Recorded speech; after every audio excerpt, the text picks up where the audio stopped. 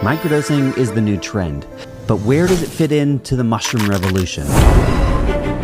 Well, for context, mushrooms have not only been used for food, I love mushrooms, they're so good, but have been used for their psychoactive properties for thousands of years. This mushroom is the fly agaric. It's considered the oldest intoxicant in the world and famously used by shamanic tribes of the far north. And while it's hard to tell given the variability of caps, not even that much, prepared properly, could send you on a journey. In other words, read that as not a beginner mushroom. Hi, just a few short words. If you would like to try out some of these mushrooms, consider visiting amanitacasita.com.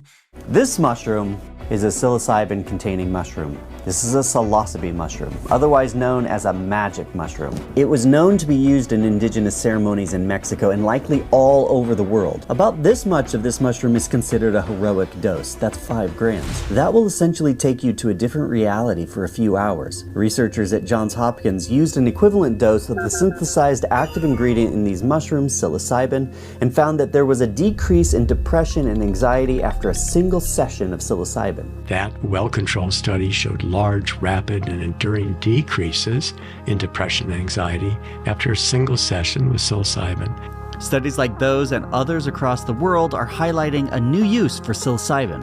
But what if instead of taking a high dose of these mushrooms, which could require some assistance, instead you took a very small dose? That is microdosing. I should note this video is about microdosing psilocybin-containing mushrooms. I will be talking about microdosing Amanita in a future video, which will be found right here when it's ready. I'll also note that like everything I talk about here on Stone Age Man, I did my own test. Day 1. Day 5. 25! And I had friends do the same. I want to make sure that the effects we see seem to line up with the results that is shown in the research. But first, let me summarize what we know so far.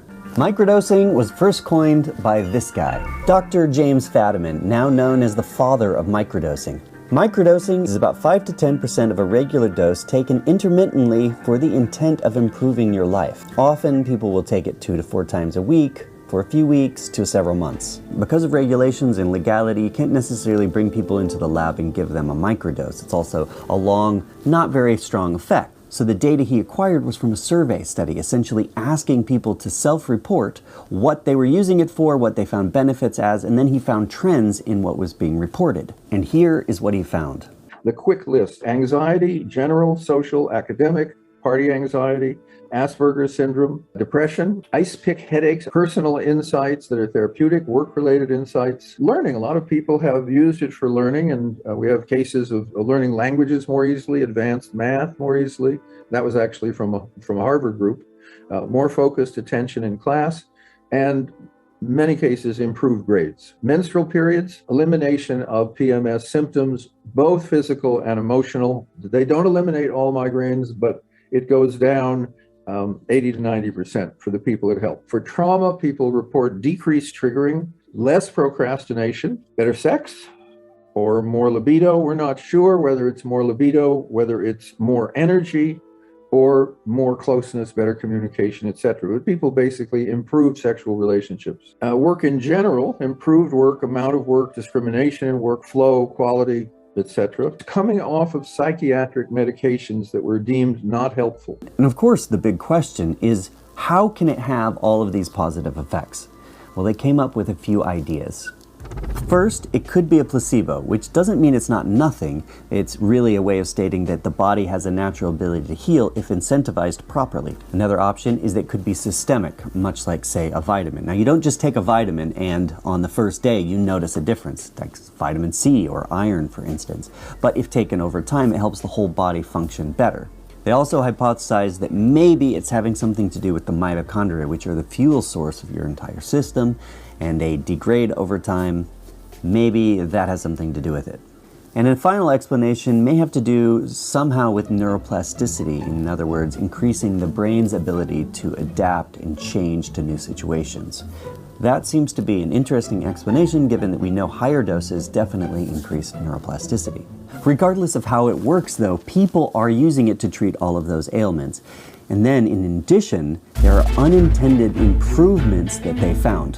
What I mean by that is that afterwards, people reported eating healthier, working out more, and then also decreased drug uses of all sorts of different things. Not only just the hard things that you would think of as bad, like opiates and maybe tobacco, but also alcohol, caffeine. That, to me, is really, really interesting. Where we're at the moment is we've got this preliminary data that the science is telling us seems to be effective for, and then we're trying to allow people to use it properly in their lives. And that's where microdosing coaches come in, or health and wellness coaches. They're essentially working with each individual person and trying to make sure their dose is not too low or too high, much like how a guide would help you on a large dose.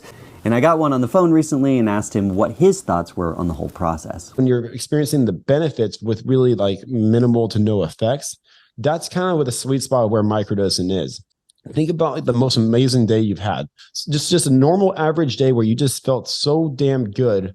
And that's what microdosing helps you do more often. It helps you to feel like yourself, your best version of yourself, because you're able to be more present with your day. The more present you are, the happier you are, because you can't experience happiness in the past or the future. It's only something that you could experience here and now. I should note we are trying to do more research on is this effective or is it not. One of the more recent studies seemed to indicate that there was no effect of microdosing. And the one problem with that study is that they used mostly healthy individuals to determine if microdosing was even effective. Dr. Fadiman explained the problem with that in this online clip. If we really look at it, the problem is that on the scale, if you go from 8 to 6, that's a huge jump, but you can't go if you go from 3 to 1, that's half as much. We need to have a sample which has sufficient affective or depressive symptoms before we can actually measure their effects.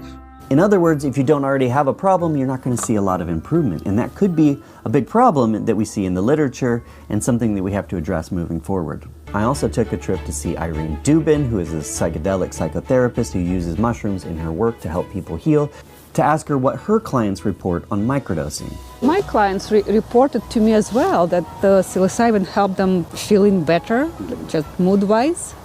Or with a chronic pain, again, it might be anti-inflammatory factors in psilocybin.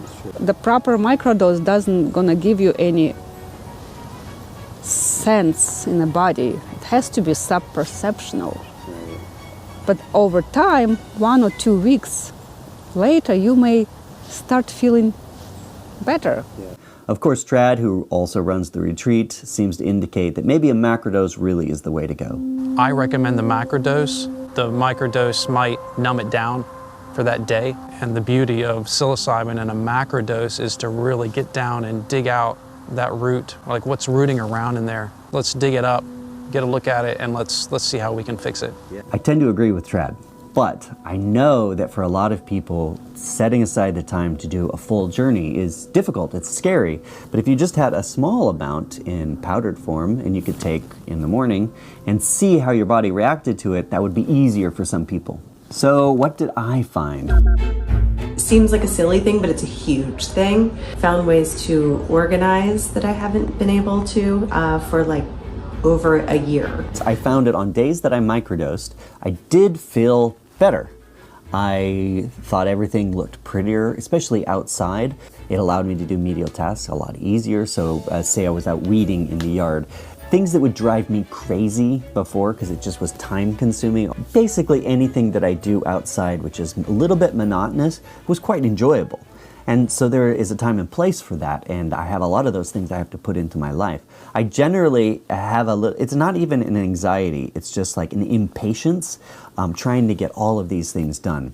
I will say the one downside that I found was that on days that I microdosed, especially if I took just a little bit too much, then I started to feel something. So it wasn't like maybe nothing. Maybe that's where I need a microdose coach.